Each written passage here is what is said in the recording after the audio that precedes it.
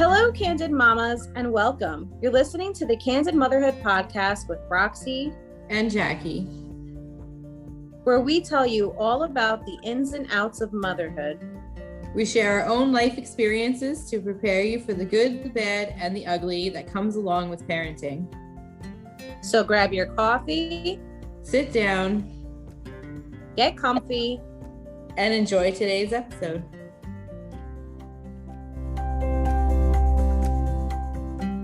Hi, Candid Mamas. It's Friday, TGIF, and Jackie and I are back with another amazing episode of Candid Motherhood. Our episode today speaks all about life with a 1-year-old. Congratulations to anyone who had a baby this year or last year. What an amazing accomplishment. Nothing is more rewarding or fulfilling than becoming a mother, whether for the first time or the fourth time. Living life with a 1-year-old can be full of fun, laughter, and cuteness overload. But living with a 1-year-old can also be exhausting, frustrating, and stressful. So many firsts happen within the first year of life, like first teeth, first words, first time crawling, standing, or walking. But with all these firsts, it can be overwhelming for a parent. Your baby is growing up right before your eyes. And as exciting as it is, it's also scary. Because with each new phase, it brings on a whole new set of challenges. And just when you think you have the hang of this parenting thing, your baby decides to throw a curveball. Your baby no longer just eats, sleeps, and poops. He or she now crawls and walks and gets into everything. They mimic all of your words, good or bad, and they may even give you a good bite every now and then. Don't get me wrong, all this stuff is super cute, and you can't help but smile through it all. But like I always say, God made babies stinking cute for a reason. So sit back and listen as Jackie and I are about to reveal to you our experiences as mothers with young children and what to expect in your baby's first year of life. And remember this verse when things get really tough. Children are a gift from the Lord. They are a reward from Him. Psalm 127:3. Hey, Roxy. Hey, Jackie. So today's episode, we are talking all about the 12-month milestone and what to expect when you're dealing with a 12-month-old. So Roxy, can you tell us some things that you went through or some milestones dealing with a 12-month-old? In the first year of life, babies go through a whole ton of milestones. I mean, anything from learning how to crawl, getting their first teeth, eventually learning how to stand, and sometimes some babies can walk before the age of 1. They're learning how to hold objects much better, even throw a ball. They're learning how to feed themselves. Yeah. So yeah, they go through a whole bunch of milestones in that first year. So according to WebMD, I'll give you a little fun fact about 12 months of age. At 12 months, most likely their weight has tripled and they have grown by 50%. And this is a really crazy fact that I find interesting. Their brain is about 60% of its adult size. So, you always hear people say it's really critical those first few years of life to develop that brain. And just to think at 12 months, it's already 60% of its adult size. It's pretty crazy to me. I didn't know that. Yeah, and if you're ever wondering at the doctor's office why they measure the baby's head circumference, that's exactly why, because they want to make sure that the baby's head is growing and his brain is growing the way it should be. Well, I actually have a story about that. When Lacey was born, I want to say maybe she was 5, 6, 7 months old, something like that. We went to the doctor and they measured her head. And it hadn't grown since her previous appointment. So they got all freaked out and they made us go see a specialist, like a neurologist or a brain specialist, because they were saying that her head wasn't growing. So that can cause problems with the skull. They might have to give her surgery and saw her skull open so the brain can grow. And I was freaking out because this is a little baby. She's only a few months old. So we go through all these things and we went to this specialist We go to the specialist, and do you want to know what they told us? They told us. What'd they say? They told us that their measuring tape must have been wrong because I'm measuring her head and it's bigger than it was the last time. And I'm like, you got to be kidding me, right? So, and nothing ended up being wrong with her. I'm just like, really? There was like a massive recall on these measuring tapes for the head. Like, what am I dealing with here? You're supposed to be a doctor. I found that to be like amazing when that happened. Well, that just goes to show you that doctors can be wrong. So you always, if you feel like a doctor is giving you wrong information or you're not agreeing 100% totally what the doctor is saying, it's always good to get a second opinion, especially on things that are really serious like that. Yeah, we didn't even get a second opinion because we thought like it's a baby. They should know, we don't know. It's not your body. And we went with it. But I mean, I was glad nothing ended up happening. But I mean, the craziness that like went into these appointments and the nervousness and stuff that I felt is just unbelievable. Yeah, that's a lot of stress unnecessary to put on a parent. Yeah. But besides growing substantially now at 12 months, so at the 12-month milestone, they really should be crawling and standing up on their own. And if they're not walking yet, they definitely will be soon. So if you have a 12-month-old and he's not walking or she's not walking, make sure you have your camera ready to go because it's going to happen any day. What about you, Roxy? Did your kids start walking at before 12 months, after 12 months? All three of my kids started walking right around their first birthday or a little right after their first birthday. So none of them before their first, but they all did crawl before their first birthdays. And going back to the doctor thing with the measurements, I just needed to add that my first kid, Julie, she was like on the top of the chart every single time that we went. She was always in the 97th or 98th or 99th percentile for everything.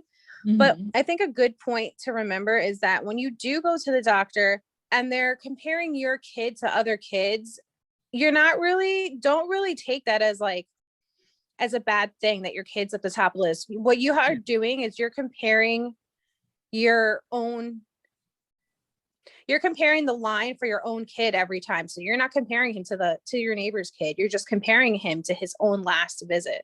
So right. I think that a lot of people freak out when they say like, oh my God, like he's below the line, or, oh my God, he's so above the line. Like, no, it doesn't matter. As long as your kid is growing at the rate that it should be, then it's fine. Because my other two kids, they weren't as high on the percentile rate, but Julie, she always was ahead of the game, and I would have to buy her clothes. Like I would skip sizes because she's just so tall. Yeah. Oh, she is really tall and skinny. But I know that those charts were like such a big deal when you went to the doctor, like the height and the weight and what percentile they fell into. It doesn't even really matter. My kids were off the charts every time we went, but now they're 6 and 8 and they're normal, So I don't think those charts really make a difference. No, I don't think so either. And you always know when something's wrong with your kid, if they're not growing properly or something, Yeah. So there's definitely other major milestones at the 12-month mark. Another one is their eating habits and their diet significantly change, because now they should be eating solid foods for the most part. And, you can transition then from formula or breast milk to regular cow's milk. And maybe if you're breastfeeding at 12 months, you might want to start thinking about weaning them off and having them drink regular milk. But their fine motor skills are also changing. They can drink out of a sippy cup instead of a bottle. They can use a fork to pick up the food. I don't know about you, but I know my kids, they had a hard time with the sippy cups. I had to go through many different brands before I found one that was suitable. Besides the fact that all of them, like after a while, they leak, they break, you know. The sippy cups, what I did is, as soon as I got the first two of them took bottles. So as soon as I got them off the bottles, we transitioned to a sippy cup that still had like a nipple like spout, so that they still kind of like had to get that same suction going. And then eventually we graduated to like a sippy cup with a hard nipple. So it didn't have, or a hard spout, I should say.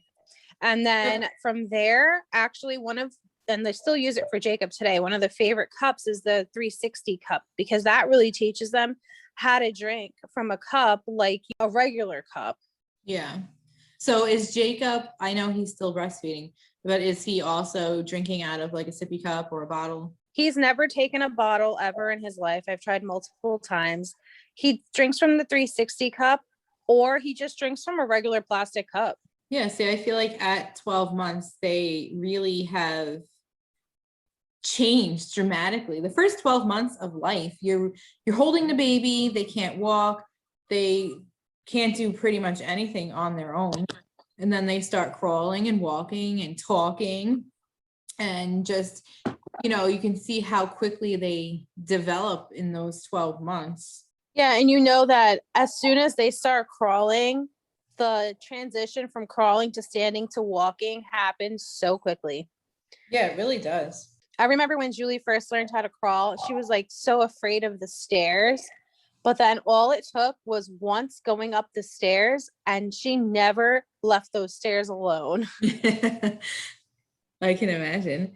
But, you know, another thing that goes with the 12-month and like the eating, you know, they're changing their food. So they're eating more solid foods instead of the mushy baby food. So now their poops are going to change. They become like more solid, like, you know, a normal poop would be. But when Lacey was about a year old, this chick, let me tell you, she really gives me a run for my money.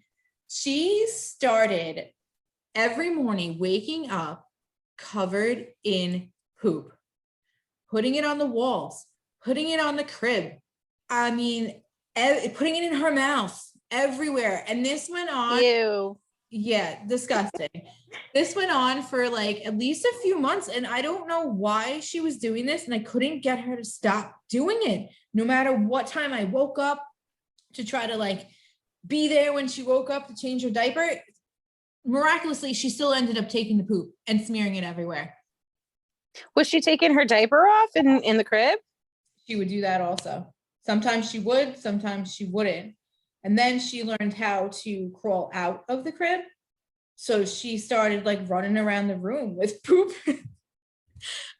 See, that's when those onesie pajamas with the buttons on the top come in really handy. I used those to help her to not touch it. And I think I even put it on backwards because she learned how to like unsnap it and unzip it. That's what I was going to say. You can also get the one without the feet, or just chop the feet off and put them on backwards so they can't get to it. Right. I think I did eventually do that. I think that's what stopped her from doing it. I don't know why she did that though. Like, seriously though, Lacey's just a whole another story in itself. She's just on her own level.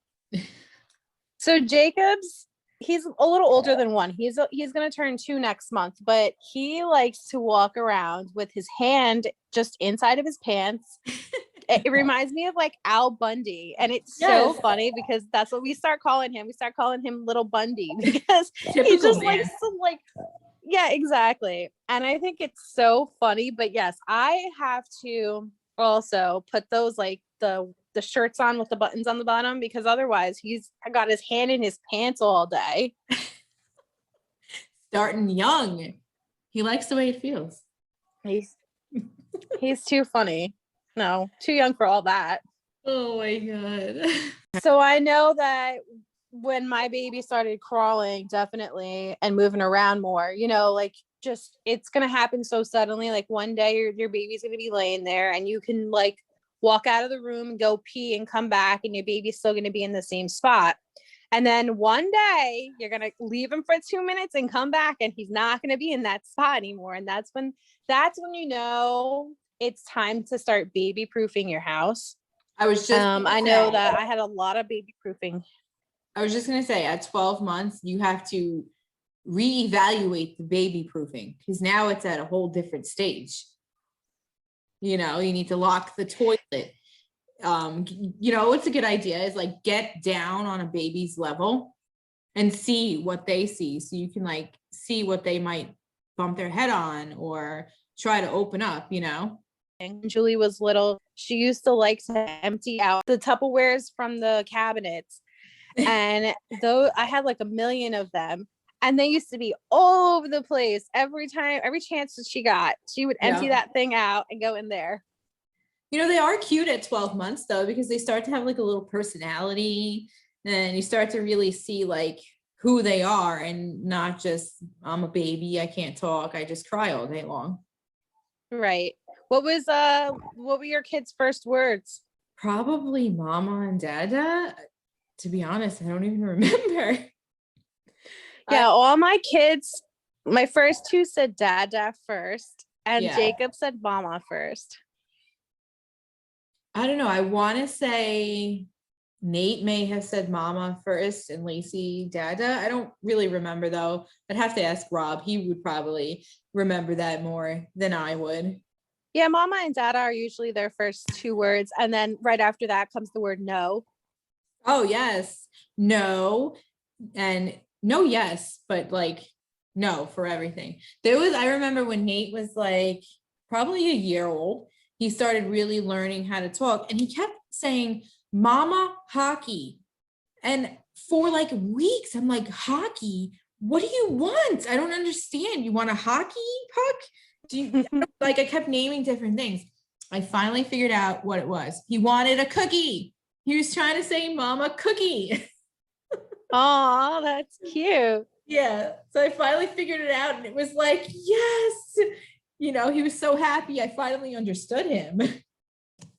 It's funny. One of the first words that Julie learned was the word go, because when we lived at that time, we lived in my mom's house and I had my dog living there with me. And my mom hated when the dog would go in the kitchen, and that would be where we would hang out, where I would put her playpen. So my mom would always be like, go, telling the dog to go. So she learned how to say the word go from hearing my mom tell my dog to get out of the kitchen. Yeah, you got to be careful with what you say because they're like parrots, you know, they'll repeat everything that you say. If you haven't heard about Anchor, it's the easiest way to make a podcast. Let me explain. It's free. There are creation tools that allow you to record and edit your podcast right from your phone or computer. Anchor will distribute your podcast for you, so it can be heard on Spotify, Apple Podcast, and many more. You can make money from your podcast with no minimum listenership. It's everything you need to make a podcast in one place. Download the free Anchor app or go to anchor.fm to get started.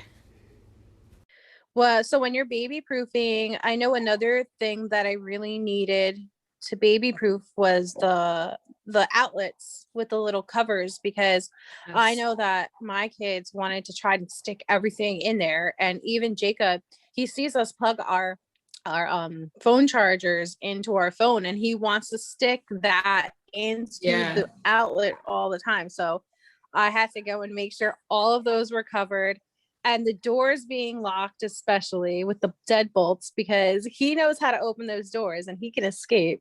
Yeah. Well, trust me, you know, he will learn the hard way if he ever stuck anything in that outlet, and he'll never do it again.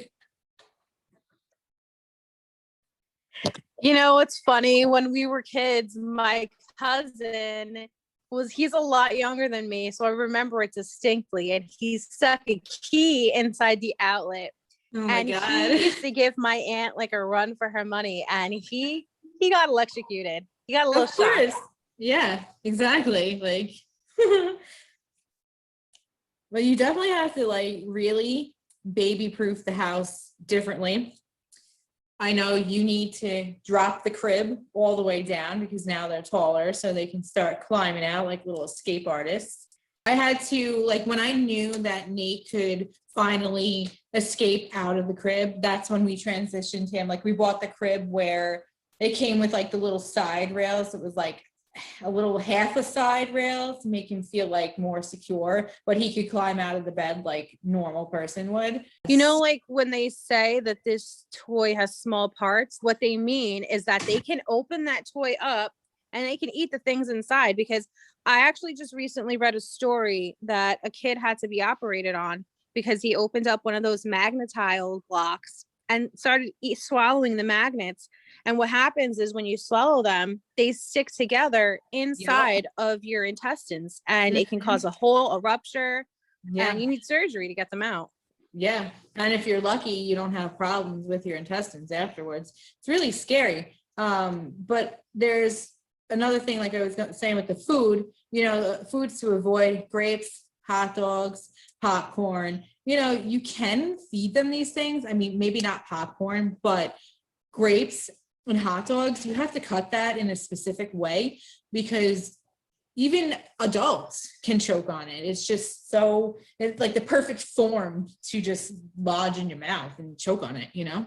Yeah, you need to cut them into fours, like quarters, if you're going to do that. And also, I would probably just wait until they're older and they have teeth.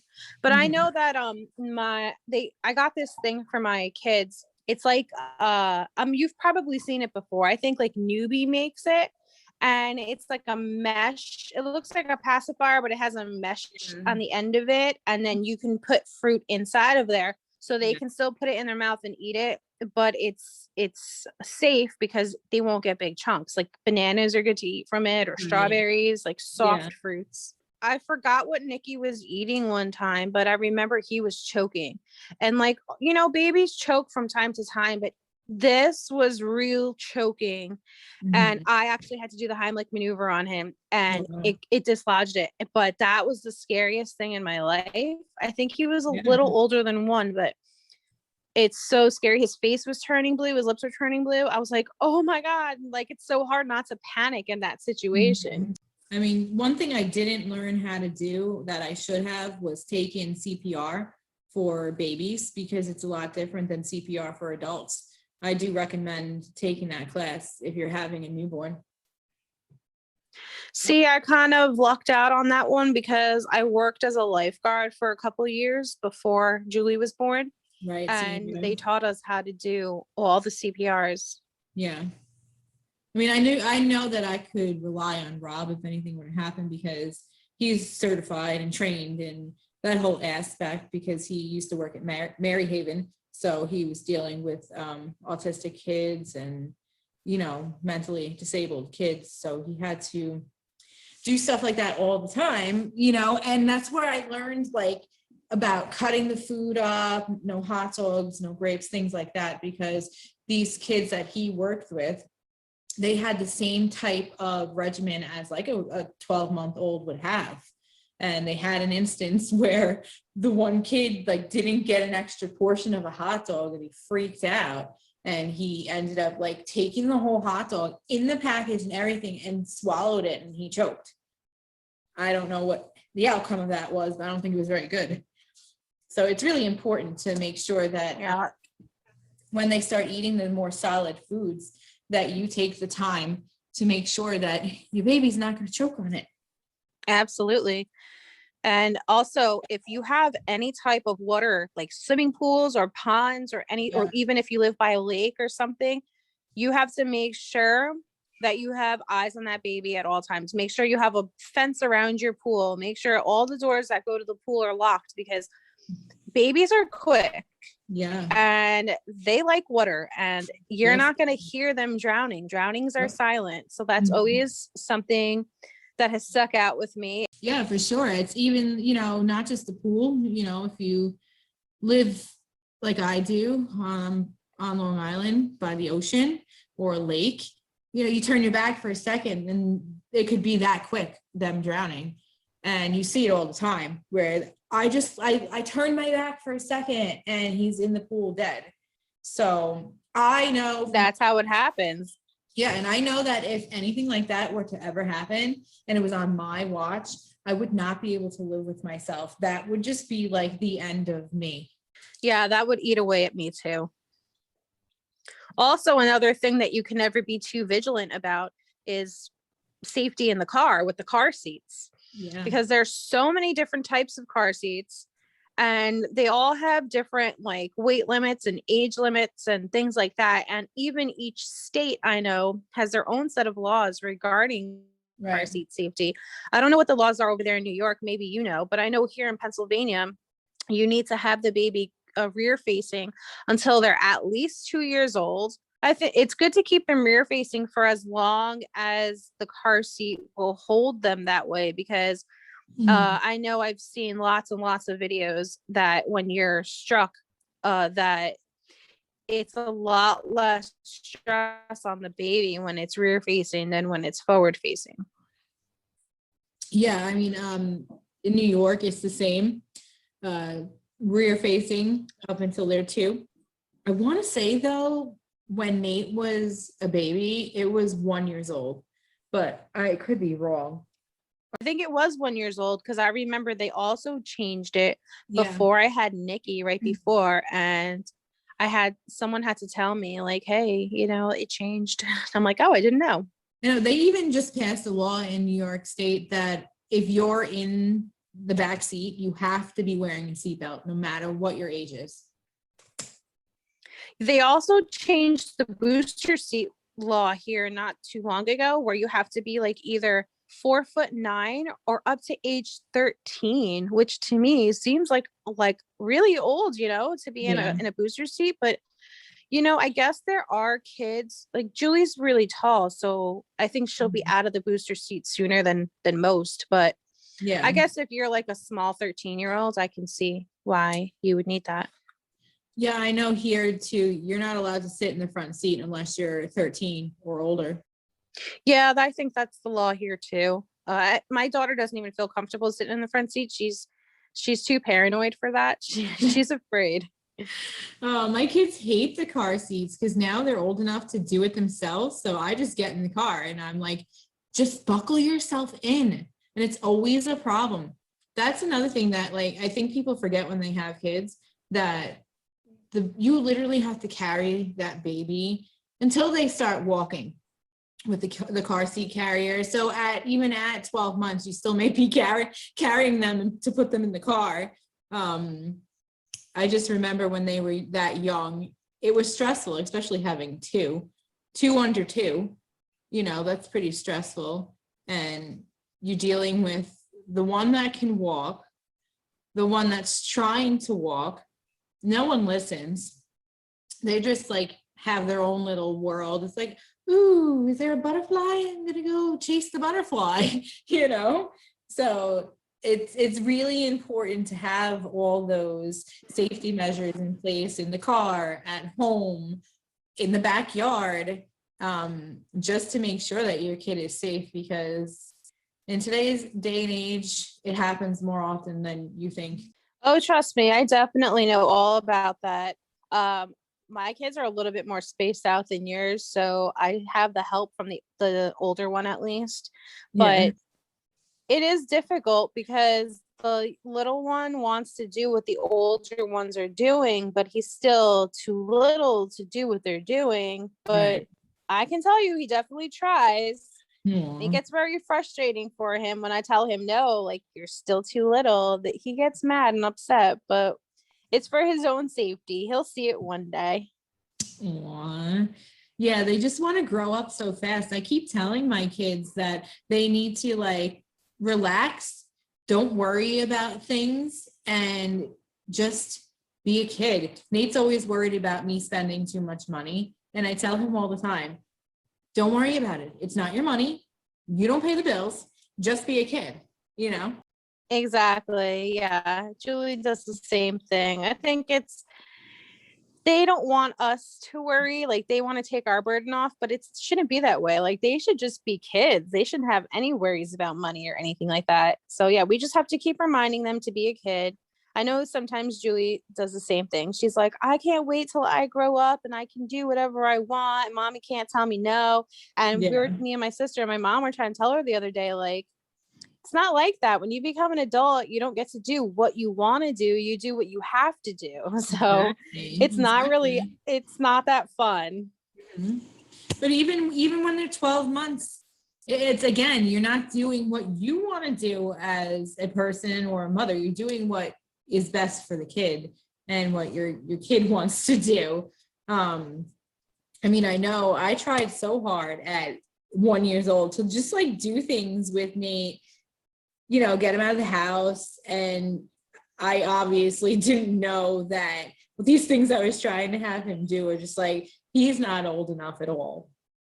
And I felt bad. So I know one thing that I did, and I waited a little, I didn't do it with my first because I didn't know about it. But when my second was born, I joined this mom's group, and it was the best thing I ever did for myself. I met other moms with kids the same age. We were going through the same things, and we would just go out on all these play dates and all these things. And our kids would start getting to know each other, and that's the best way to get them socialized.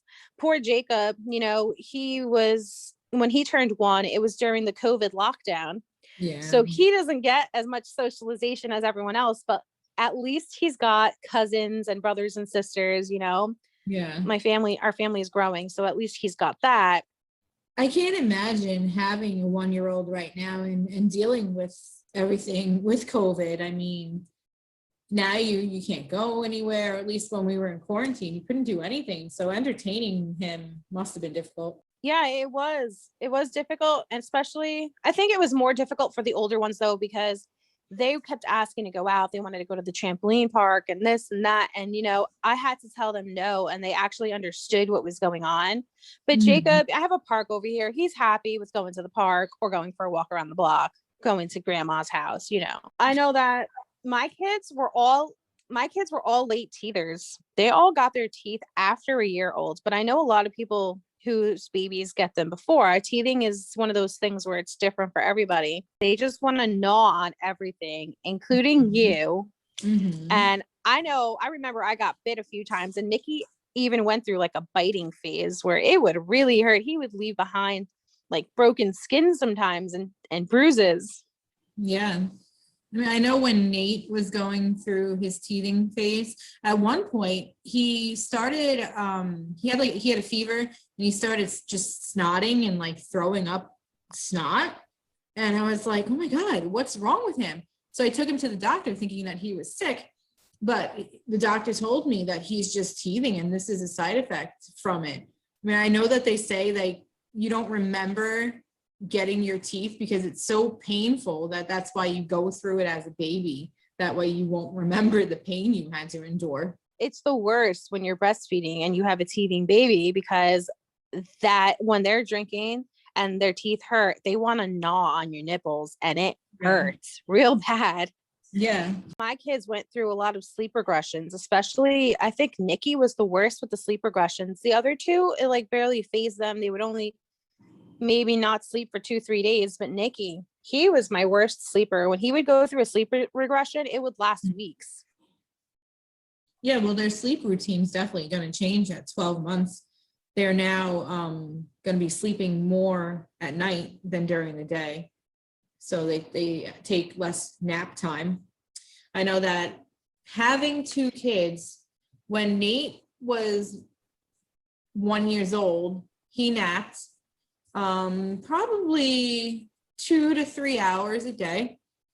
But when Lacey got to Nate's age, so Nate was now almost 2 and she is 1, she did not want to nap.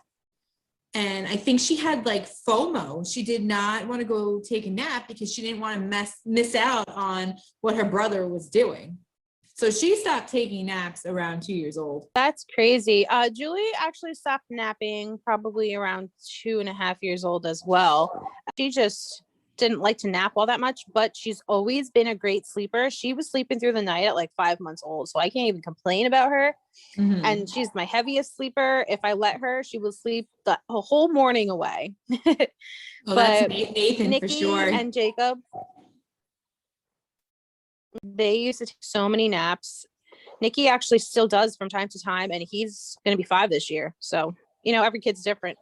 That's nice. I know they tried making Lacey take a nap when she was in pre-K, and she's like, I just lay there. She at that point hadn't been taking naps for years. Yeah, I don't think that they made Julie take naps in pre-K, but she was already over 4 years old. It was more like a school-based pre-K than I think like the younger class took naps, but not her class. Yeah. What did you used to put in your diaper bag? Oh, that's a good question. I was the type of mom that hated the diaper bag. I hated carrying it. I just didn't want to take it with me. So, I mean, I obviously had to, but the basic stuff, diapers, wipes, cream. The best thing that I found that somebody gave to me, I don't remember who it was, but it's like a plastic container, and it comes with little compartments in each one, and there's like a spout that you can open up so you can evenly measure out bottles of formula. So if the baby took like 3 or 4 ounces, you would be able to put that in one of the little squares, and then, you know, whenever you need a bottle, you just open up the top and you just pour the powder in, and you can already have the bottle with the water in it in the diaper bag, so you can just add it and you're good to go. I used to do that all the time. That was like one of the biggest things that I found when whoever, I don't remember who gave it to me, but whoever gave it to me, it was like a lifesaver to me to just be able to have the formula already pre-measured.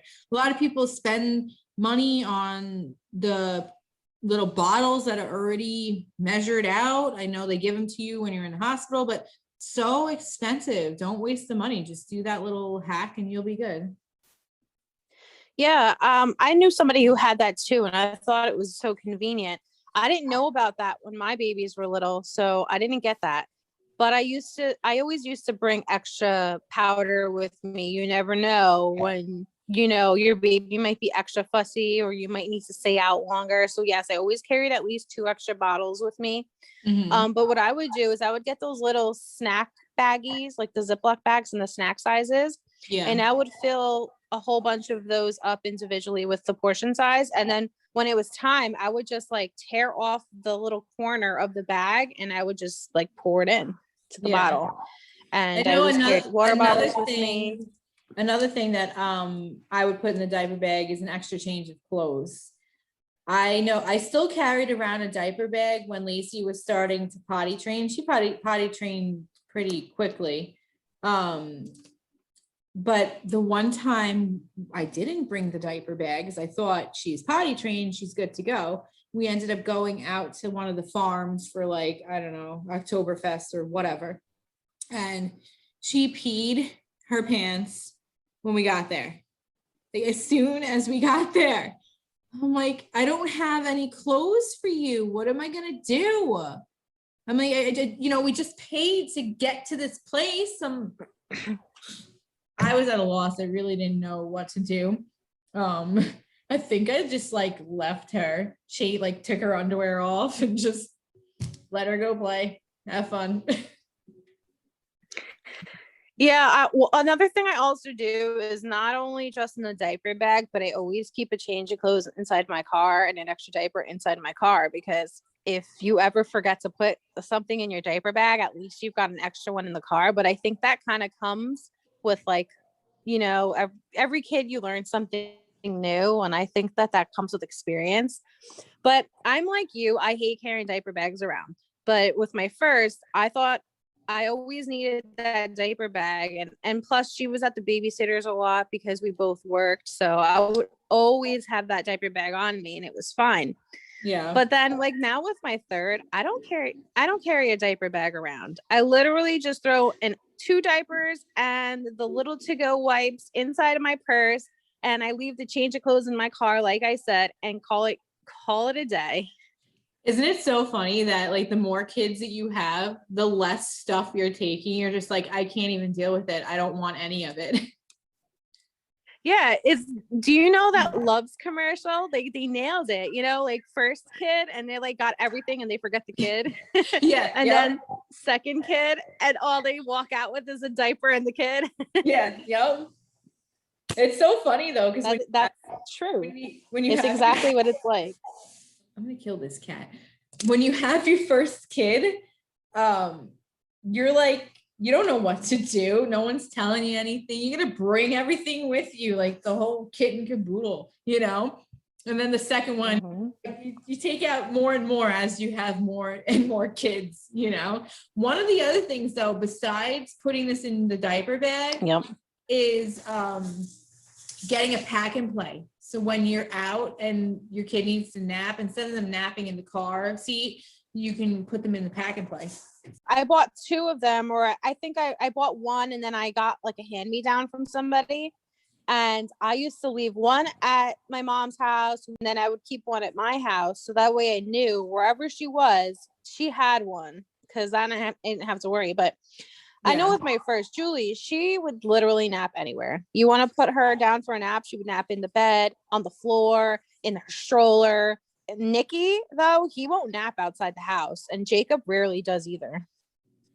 Yeah, I know it's hard for my kids to nap outside of the house also. You're going to want to have a first birthday party.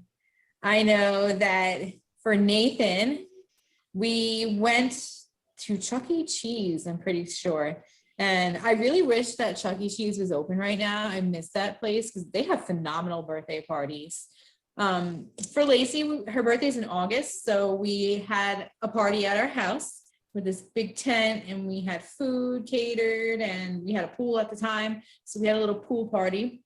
But when my kids were that age, you know, the cake smashing didn't exist. Now a new thing is celebrating their half birthdays, 6 months. That didn't exist. So it was a basic birthday party. I'll post the picture later on Instagram of Lacey's first birthday outfit because it's the cutest little thing, her little tutu. But yeah. I can post a first birthday for pictures too for all my kids. Yeah, you know, it's a big milestone. You want to celebrate your baby. I mean, I definitely let them both, you know, eat as much cake as they want, and they smashed it all over their face. So I have some pictures of that too, of their first birthday with cake all over their face. And Lacey just looks like she's going to explode because she has so much cake. That was it. My parents, which are his grandparents, and then my grandparents, which are his great grandparents. So it was really small, you know. Sometimes you just need to have family around. Yeah.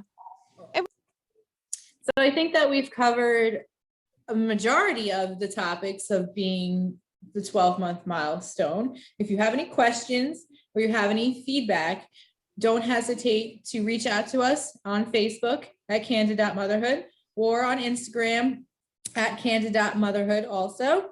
Thank you for listening, and make sure to tune into next week's Tuesday Tell All episode. Thank you, mamas. Have a good night. Until next time. Bye. Bye. Thank you so much for listening to Candid Motherhood Podcast. We hope you enjoyed today's episode. Please subscribe, share, and rate our podcast. If you have any ideas for future episodes or want to learn more about us, please follow us on Facebook and Instagram at Candid.Motherhood and on Twitter at CMotherhood. We appreciate your love and support. Until next time, thank you, Candid Mamas.